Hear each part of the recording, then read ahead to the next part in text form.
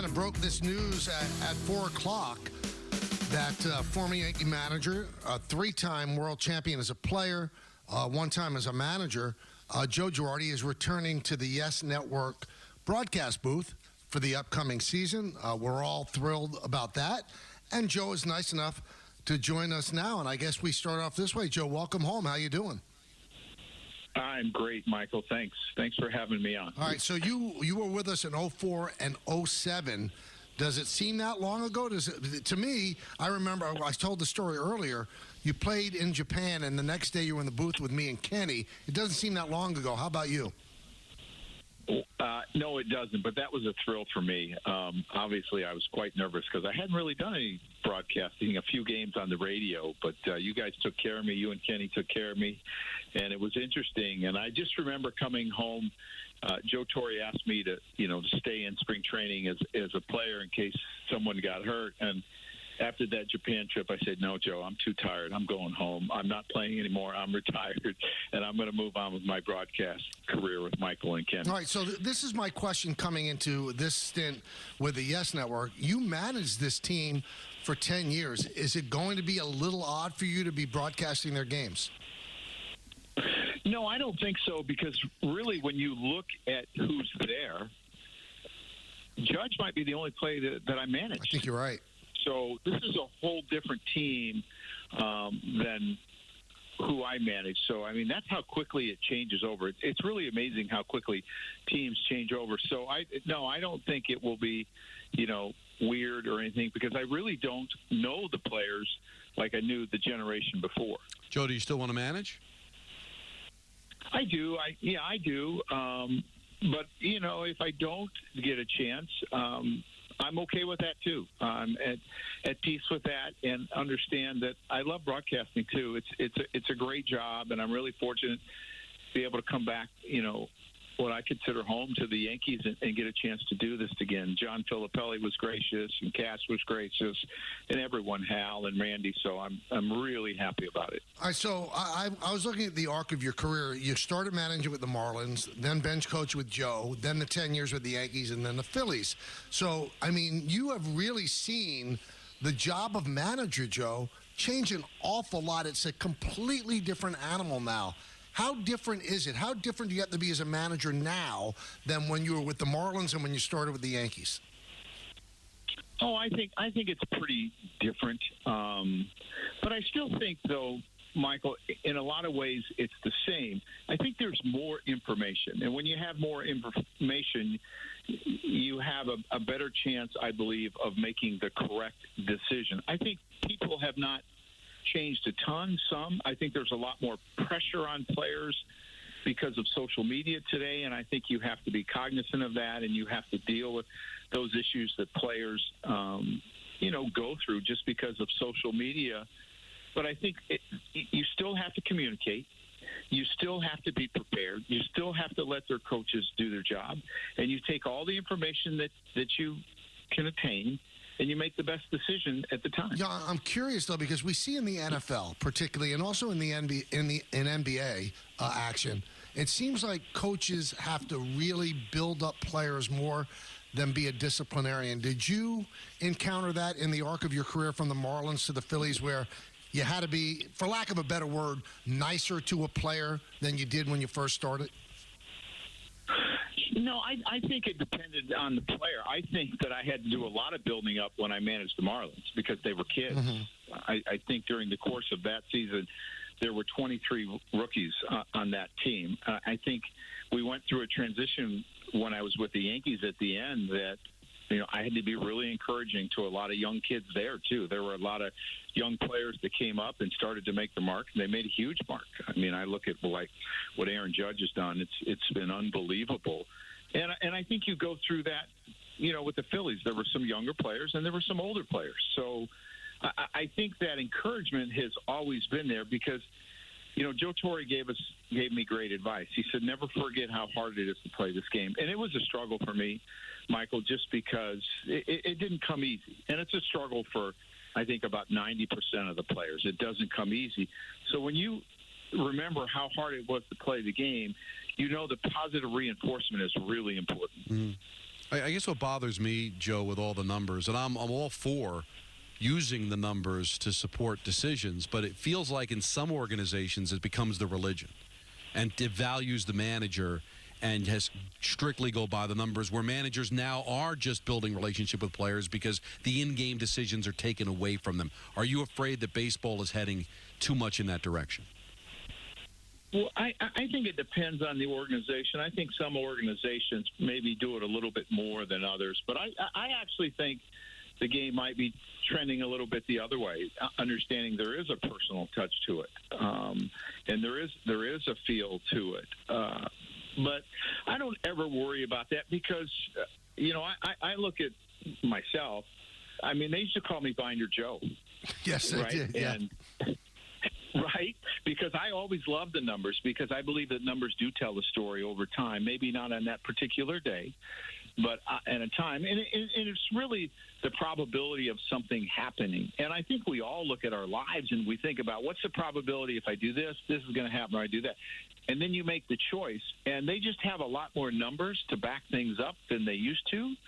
But I think it's something that managers have always done, but there's just a lot more information out there for you. Former Yankee manager, former Yankee player, Joe Girardi, returning to the Yes Network for the upcoming season. We're thrilled about that. Joe, what do you think about this Yankee team? I know with the Phillies, you managed a lot against Juan Soto. He's the biggest pickup of the year. What do you think of this team so far?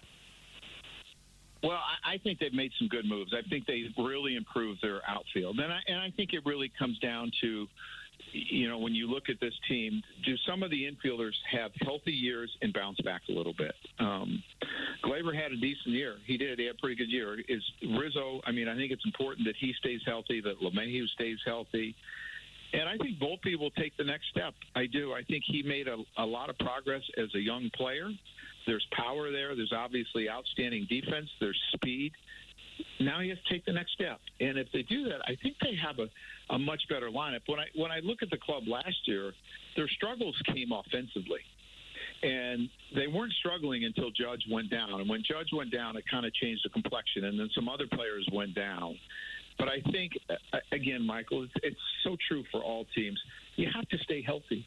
And some of those guys, need to have a little bit more health and bounce back years, which I believe they're totally capable of. When Judge came up when you were managing, did you see this? Did you think he'd be this, the MVP, 62 home runs? Could you envision this happening?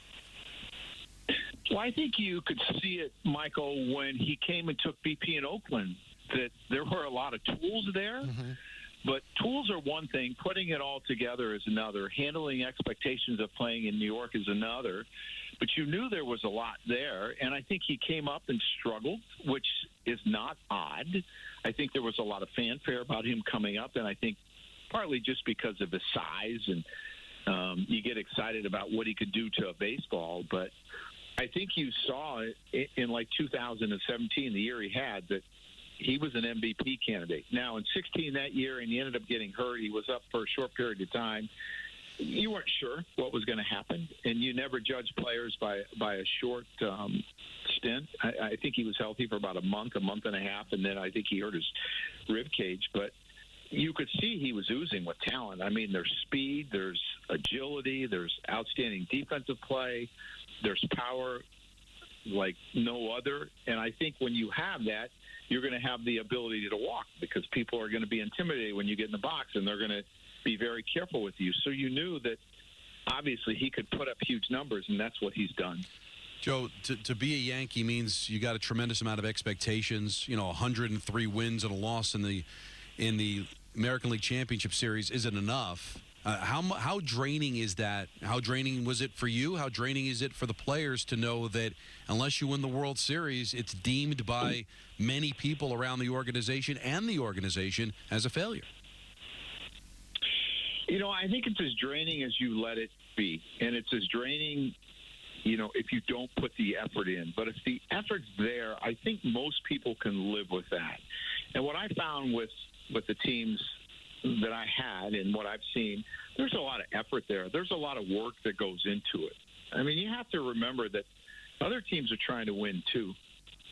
That's the bottom line. And, I think there have been other teams that have had the ability to really increase their payroll, which makes it more competitive. I think some teams have figured out how to do it without having a huge payroll, which they do it from an analytical model, and they've been really successful. So it is draining a little bit, but I think you get used to it. You know, the other thing that Joe Torre always said was, New York will either make you or break you. And I think that's what you see. And for the guys that are able to handle it, it's a fantastic place to play. It's a fantastic place to manage. You love it. There's a heartbeat every day. The crowd is wonderful. It's just a great place to be. So I think the crowd has a lot to do with, you know, pushing players, too, in New York. And I think that's a good thing. And I think there's a lot of effort. But the key is to stay healthy. All right, so other than your family, biggest moment in your life, the triple against Maddox or you winning the championship as a manager in 09? Wow, that's a tough one, Michael. We're going to get a lot of that in the booth. I would yeah. I would have to say the triple, because I don't think that I ever saw myself beyond playing when I was a little boy or in my teens. You know, I had no idea that I was going to manage. My goal was to play in the big leagues, and that's what I thought and prepared for and worked at.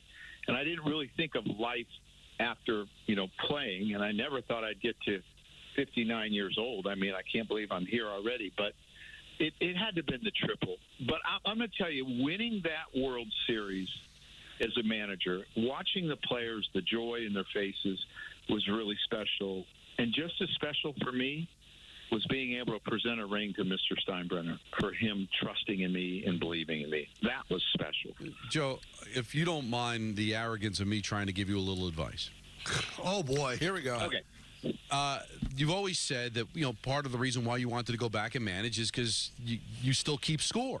And when you're in the booth, you don't keep score. You can keep score in the booth. Try to be better than I keep score.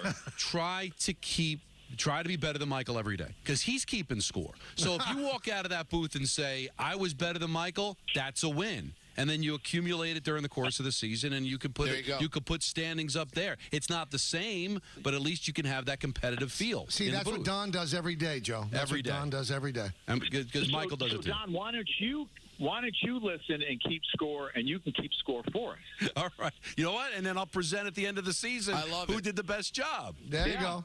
And we can have a trophy and everything. Final thing. Right, but it's only the games that I do, because I won't do nearly as many games as Mike. Well, you'll be surprised. Yeah. All right, final thing. Do you have a relationship with Aaron?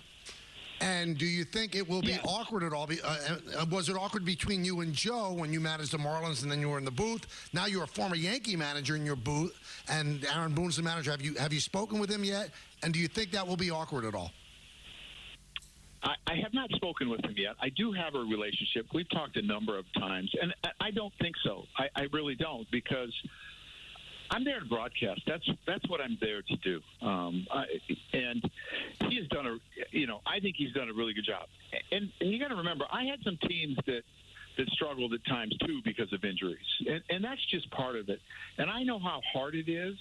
So I'm pulling for him. I mean, I want him to win, and I want the Yankees to win, because it's better for us when that happens. Absolutely. Well, as broadcasters.